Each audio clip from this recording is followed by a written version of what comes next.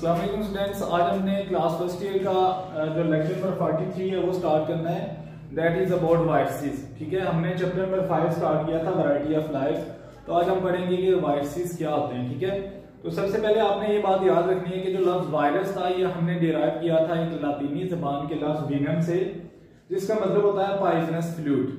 मतलब कि ऐसा फ्लूइड, पॉइजन हम बोलते हैं जहर को, कोई भी जहरीला मादा है। ठीक है, और बायोलॉजी की वो ब्रांच जिसमें वायरसेस को स्टडीज किया जाता है उसको हम नाम देते हैं वायरोलॉजी का। ठीक है, वायरसेस की बायोलॉजी की वो ब्रांच जिसमें वायरसेस को स्टडीज किया जाता है उसको हम नाम देते हैं वायरोलॉजी का। ठीक है, तो उसके बाद अगर हम आपकी बुक से थोड़ा सा रिलेट करते हैं तो कहता है कि रॉबर्ट कोच और लुइस पास्चर ये दो साइंसदान थे और इनका लाइफ स्पैन अगर आप देखें तो 1822 से 1985 और 1843 से 1918 तक इनका लाइफ स्पैन है। तो जब हम इनके दौर की बात करते हैं तो तब हम कहते हैं कि जो वायरस था वो एक डिजीज काजिंग एजेंट था।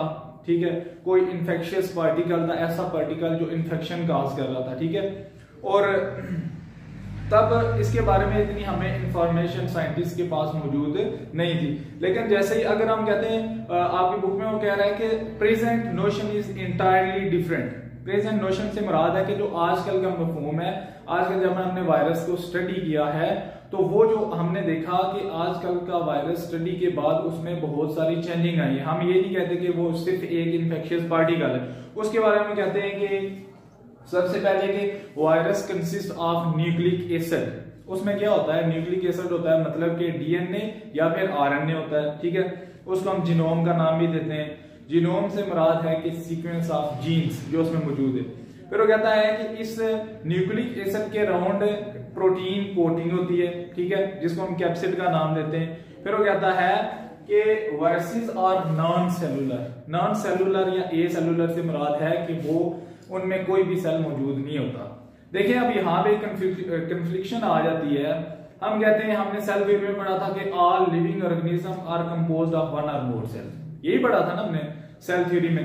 तो देखें जब हम कह रहे हैं कि वायरसेस नॉन सेलुलर है, ठीक है, तो हम ये तो नहीं कह सकते कि वायरसेस अब लिविंग ऑर्गेनिज्म में शामिल हो रहे हैं, क्योंकि वायरसेस में कोई भी सेल शामिल नहीं है। और लास्ट वाली कैरेक्टरिस्टिक इसकी क्या है कि ये रेप्लिकेट करता है। रेप्लिकेट से मुराद है कि अपनी कॉपीज बनाना शुरू कर देता है। तो फिर देखें हम ना तो इसे लिविंग में रख सकते हैं ना नॉन लिविंग में रख सकते हैं। मतलब कि ये लिविंग और नॉन लिविंग ऑर्गेनिज्म के बॉर्डर पे मौजूद है। ठीक है, अब कुछ कैरेक्टरिस्टिक्स जैसे नॉन सेलुलर है, कोई सेल मौजूद नहीं है, तो ये कैरेक्टरिस्टिक्स है नॉन लिविंग ऑर्गेनिज्म की। और जैसे रेप्लिकेशन है या रिप्रोडक्शन का प्रोसेस है तो ये लिविंग ऑर्गेनिज्म में होता है, तो इसलिए हम इसको बॉर्डर लाइन पे रखते हैं। ठीक है, उसके बाद इसकी एक कैरेक्टरिस्टिक्स ये भी है जो आजकल हमने स्टडी किया तो उसके बाद हमें पता चला कि ये जो इसका होस्ट है उसकी बायोसिंथेटिक मशीनरी को इस्तेमाल करता है जब इसकी रेप्लिकेशन हो रही होती है। ठीक है, अपनी रेप्लिकेशन के लिए ये यूज करता है होस्ट की बायोसिंथेटिक मशीनरी को।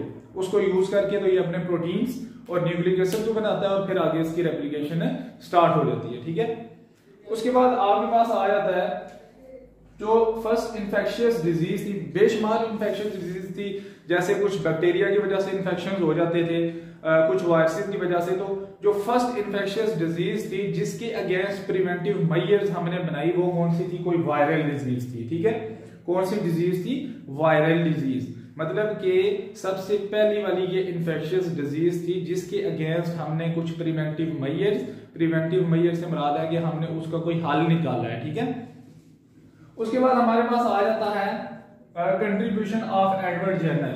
ये एक साइंटिस्ट थे 1796 में, जिनका नाम था एडवर्ड जेनर। अब इन्होंने क्या किया, इन्होंने ये काम किया था कि इन्होंने स्मॉल पॉक्स के खिलाफ वैक्सीन बनाई थी। ठीक है, स्मॉल पॉक्स एक डिजीज थी, ऐसी डिजीज थी जिससे मोस्टली बंदों की डेथ हो जाती थी। तो उन्होंने इसके अगेंस्ट क्या किया, एक वैक्सीन बना ली। ठीक है, अब वो वैक्सीन कैसे बनाई है हम यहाँ पे पढ़ेंगे। उन्होंने ऐसा एक गांव था जहां पे काफी सारे बंदों को ना स्मॉल पॉक्स कॉ पॉक्स हुआ था। ठीक है, तो उन्होंने उस एरिया को विजिट किया। फिर एक उन्होंने ऐसा एरिया विजिट किया जहां पे मोस्टली बंदों को स्मॉल पॉक्स की बीमारी थी। स्मॉल पॉक्स की बीमारी वो वाली थी जहां जिससे काफी सारे बंदों की डेथ हो जाती थी। अब उन्होंने देखा कि उसमें कुछ बंदे ऐसे भी हैं जिनको स्मॉल पॉक्स की बीमारी नहीं है, तो उन्होंने रिसर्च अपनी स्टार्ट की कि स्मॉल पॉक्स इनको क्यों नहीं हुआ। तो उन्होंने देखा कि उनके जो हाथ थे उन पे छोटे छोटे से दाने थे, ठीक है, लेशंस बने हुए थे, तो वो लेशंस उनके काउपॉक्स डिजीज की वजह से थे, ठीक है। तो उन्होंने ये अंदाजा लगाया, पहला अंदाजा ये लगाया कि जिन लोगों को काउपॉक्स हुआ था उन लोगों को दोबारा से स्मॉल पॉक्स नहीं हुआ, ठीक है। फिर उन्होंने अपनी रिसर्च स्टार्ट की। उन्होंने एक 8 साल का बच्चा लिया जिसका नाम था जेम्स फिप्स, ठीक है। उन्होंने अपना एक्सपेरिमेंट इस बच्चे के ऊपर परफॉर्म किया। सबसे पहले उन्होंने क्या किया कि काउपॉक्स के जो इन्फेक्शियस पार्टिकल्स थे वो उस बच्चे में उन्होंने इंट्रोड्यूस करवाया, इनोकुलेट करवाया, मतलब उसमें इंसर्ट किए, ठीक है। तो उसमें जाहिर है अब उन्होंने खुद से इन्फेक्शियस पार्टिकल्स दाखिल किए थे, तो उस बच्चे के अंदर काउपॉक्स की बीमारी होगी। अब दोबारा से जो काउपॉक्स की बीमारी थी वो इतनी मोहलक नहीं थी, वो तकरीबन 4 to 6 वीक में बंदा रिकवर हो जाता था, ठीक है। तो बच्चा 6 वीक के बाद रिकवर हो गया, ठीक है। नेक्स्ट उन्होंने क्या किया कि जो स्मॉल पॉक्स का इन्फेक्शियस पार्टिकल था या डिजीज काजिंग एजेंट था, अब उन्होंने वो वाला उस बच्चे के अंदर दाखिल करवाया और अब उन्होंने रिजल्ट देखा कि उस बच्चे में जिसमें पहले काउपॉक्स इन्फेक्शियस पार्टिकल्स उन्होंने इंसर्ट करवाए थे, जब स्मॉल पॉक्स के इन्फेक्शियस पार्टिकल उसमें दोबारा से उन्होंने इनोकुलेट किए या इंसर्ट किए, तो उस बच्चे के अंदर स्मॉल पॉक्स की बीमारी ना पैदा हुई, ठीक है। तो उन्होंने ये अंदाजा लगाया कि जो काउपॉक्स के इन्फेक्शियस पार्टिकल्स थे उन्होंने जाके बच्चे का जो इम्यून सिस्टम है उसको एक्टिवेट कर दिया, ठीक है। अब जब इम्यून सिस्टम एक्टिवेट हो गया, काउपॉक्स के वायरसेस थे जो डिजीज काजिंग एजेंट्स थे, उनकी वजह से इम्यून सिस्टम बच्चे का एक्टिवेट हो गया। तो फिर जब स्मॉल पॉक्स के डिजीज काजिंग एजेंट्स ने उसके ऊपर हमला किया तो आगे से इम्यूनिटी एक्टिवेट होगी और उस बच्चे में स्मॉल पॉक्स की बीमारी ना हुई। तो इस तरह उन्होंने, उनके एक को-वर्कर थे जिनका नाम लुइस पास्चर था। अब उन्होंने क्या किया कि क्योंकि ये काउपॉक्स लेशंस से लिया गया था जो मटेरियल था, तो उन्होंने को जो लैटिन वर्ड है इसमें वैका का नाम दिया जाता है, ठीक है, लैटिन में। तो फिर इस वैका से आगे उन्होंने इस प्रोसेस को वैक्सीनेशन का नाम दे दिया। इसका नाम दे दिया जी वैक्सीनेशन का। तो इस तरह वैक्सीनेशन का जो प्रोसेस है ये इन्होंने डिस्कवर कर लिया। यहाँ तक जो आपके क्वेश्चन बन रहे हैं वो पहला तो है कि लस हमने वायरस डिराइव कहां से किया था, ठीक है। उसके बाद आपका क्वेश्चन है कि व्हाट इज वायरोलॉजी। तीसरा क्वेश्चन है व्हाट आर वायरसेस।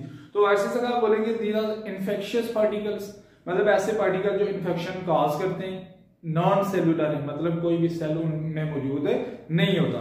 तीसरा उसमें यह है कि उनमें न्यूक्लिक एसिड होता है, न्यूक्लिक एसिड के अराउंड प्रोटीन की कवरिंग हुई होती है, ठीक है। और चौथा ये है कि वो बायोसिंथेटिक मशीनरी यूज करते हैं अपने होस्ट की। नेक्स्ट हमारे पास एक और साइंटिस्ट है 1884 में 1884 में चार्ल्स चैम्बरलैंड, ठीक है। ये इन्होंने ये काम किया कि उन्होंने देखा मोस्टली जो बैक्टीरिया थे वो पोर्सिलीन फिल्टर से फिल्टर नहीं होते थे। मतलब आपके पास ये एक पोर्सिलीन फिल्टर है, ठीक है, अगर हम इसमें बैक्टीरिया इंसर्ट करते हैं तो वो वाले जो बैक्टीरिया थे जितने भी वो सारे इसमें से फिल्टर होके नीचे नहीं आते थे, ठीक है। लेकिन उन्होंने क्या किया, चार्ल्स चैम्बरलैंड ने देखा कि जो डिजीज काजिंग एजेंट्स हैं रेबीज के, रेबीज एक बीमारी होती है, ठीक है, जो रैबिड डॉग्स, ठीक है, रैबिड डॉग्स वो वाला डॉग होगा जिसके सलाइवा में रेबीज का डिजीज काजिंग एजेंट मौजूद होगा, या फिर फॉक्स है, कैट है, इनके काटने से रेबीज की बीमारी हो जाती है जो आपके नर्वस सिस्टम को इफेक्ट करती है। तो उन्होंने ये देखा कि जो बैक्टीरिया तो इस पोर्सिलेन जो फिल्टर था इसमें से फिल्टर नहीं हो पा रहे, इसके अंदर ही रह जाते हैं। लेकिन जो डिजीज काजिंग एजेंट था रेबीज का, जब उन्होंने वो इसमें से फिल्टर करना चाहा तो उन्होंने देखा कि वो इसमें से फिल्टर हो गया, ठीक है। तो ये कंट्रीब्यूशन था चार्ल्स चैम्बरलैंड का। रेबीज एक ऐसी बीमारी है जो रेबीज का एक वायरस होता है, वो डॉग के या कैट के उनके सलाइवा के अंदर मौजूद होता है, ठीक है।